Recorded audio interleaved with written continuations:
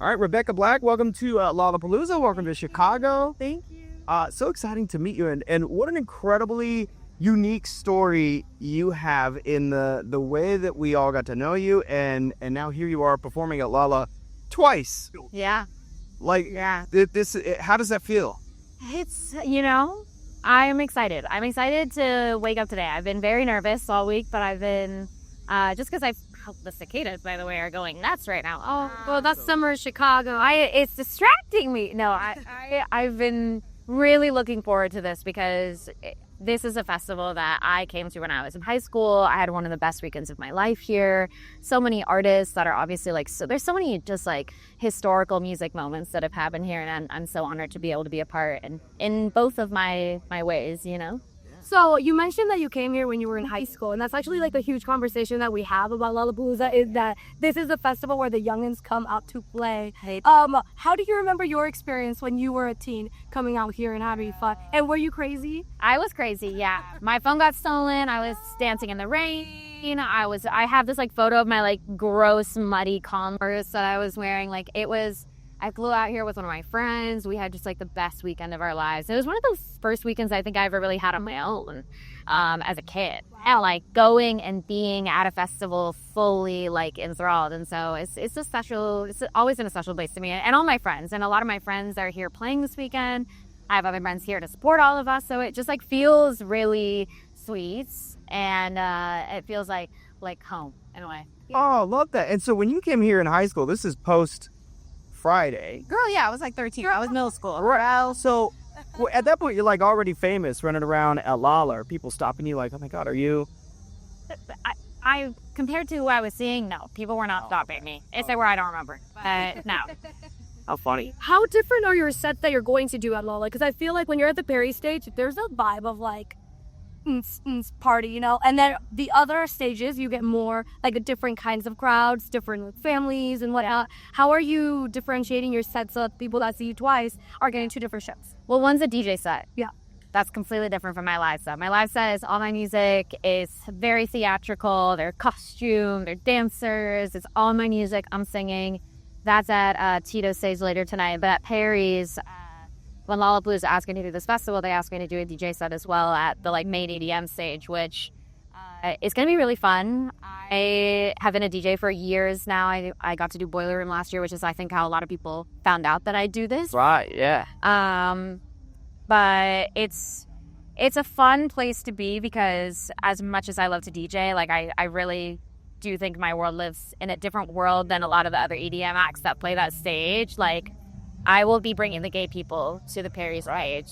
I'll be bringing the girls. The girls are gay, so the crowd will look a little different. But I'm also excited to see the boys and, what they think of it. But that's all, off the cuff, DJing on the fly on CDJs. So it's a totally different styles, totally different energy. It'll be a fun way to, warm up, for later. So what got you into DJing? Obviously, that's a completely different skill set than, Performing as a musical artist. Yeah, I started in, I think it was 2017 or 2018, just through some friends who had decks. And I've always been obviously a huge music fan. I grew up in the culture of music that we live in today. And dance music has been a huge part of my own listening catalog for so long. I've been a Skrillex fan since I was 12.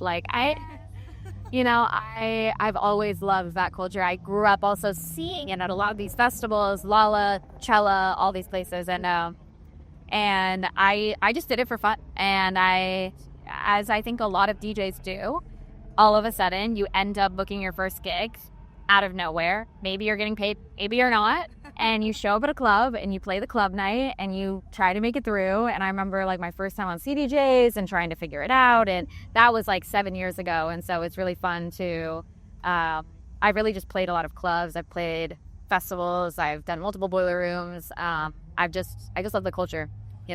I feel when you're creating a set for your singing, I feel you came in and you're I already know exactly what I want to do for this.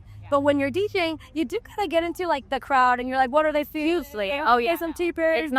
It's not solid top to bottom. I'm not pressing play up there. You might hear my mistakes, and that's part of the fun too. I love that. I love when I hear artist mistakes. I feel like it makes it so real. Like they'll be like, "Oh, press the wrong button." Anyway. Oh yeah, I like turned down the channel the other day, so it just went quiet, and I was like, oh, You're like, what am my hand. I was dancing too much, and my hand just went shoop, and so you just put it back up. But In your time DJing, can you think of any specific moment, maybe even early on, where there was like a total just like epic disaster, and you're like, how do I even recover from this? total epic disaster. I think that is the biggest. Not to have like a press, You know what? Go for it. but it's real. Yeah. Genuinely, like, I think a disaster is only as much of a disaster as you make it. Like, Yeah. every DJ, every artist has had something where you get up on stage and I press play and there's no sound. Or I've gotten to where I'm mixing a song in. It's my second song. I've got the first song. We're going. All of a sudden, I think it's mixing in. I like let the other song play out. Nothing happening. And I'm like, oh, the person DJing before me had like a setting that I just wasn't familiar with or how to use. That's DJing. And you're like, this is not my fault. It is my fault a little bit because I didn't check, but it's also not what I thought was happening. It's just, it moves fast. And so as long as you move fast and you also, I think the worst thing that you can do, the biggest disaster you could have is let a mistake like affect the rest of your set. Because You gotta keep it moving. the audience, whether it's my live show or my DJ set, they will only care as much as I care. Yeah. So, it's hard not to get in your head sometimes, but that's I get it. And for like, okay, I know that a lot of people would normally want to ask you about Friday and like how that transition into now adulthood has worked. But like, I want to talk about your current music. What is your, how would you describe the way that you create music now and your sound? I create in many different ways. I mean, I have been doing this long enough where at this point in my career, I have collaborators that I really love and I trust, and I've worked with on several projects. And when we go into a new project after finishing one, there's always different references that I bring in, and there's a lot of like sourcing of where am I at now? What feels right? What haven't I done? How can I challenge myself? What are things that maybe I could have paid more attention? Things I may have paid more attention to on the last project. Where can I fill in those gaps? Like, there's a lot of, I think, self-awareness you have to have if you want to create better and better. And so that's all I'm trying to do. Whereas obviously when I started, like, that was not a start. But it was. It was, but it wasn't. It wasn't. That was a song I didn't write. I didn't produce. I had no say in. It went out. It wasn't even supposed to go out. Like, it was a middle school project. So, So you're like, I didn't invite all this. no, but it's what happened, and like ironically, my experience is what gave me the relationship that I have to music today. Because when all went downhill, the only thing I had was music. So.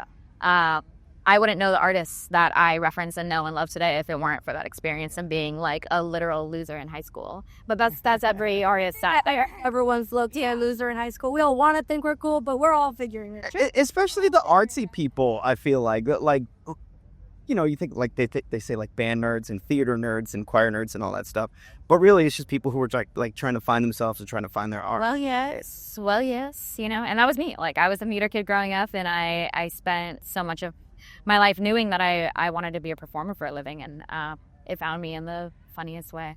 And now you're performing twice at Lollapalooza. That's absolutely incredible. And thank you so much for talking to us. Good luck. Thanks for having me, guys. Enjoy.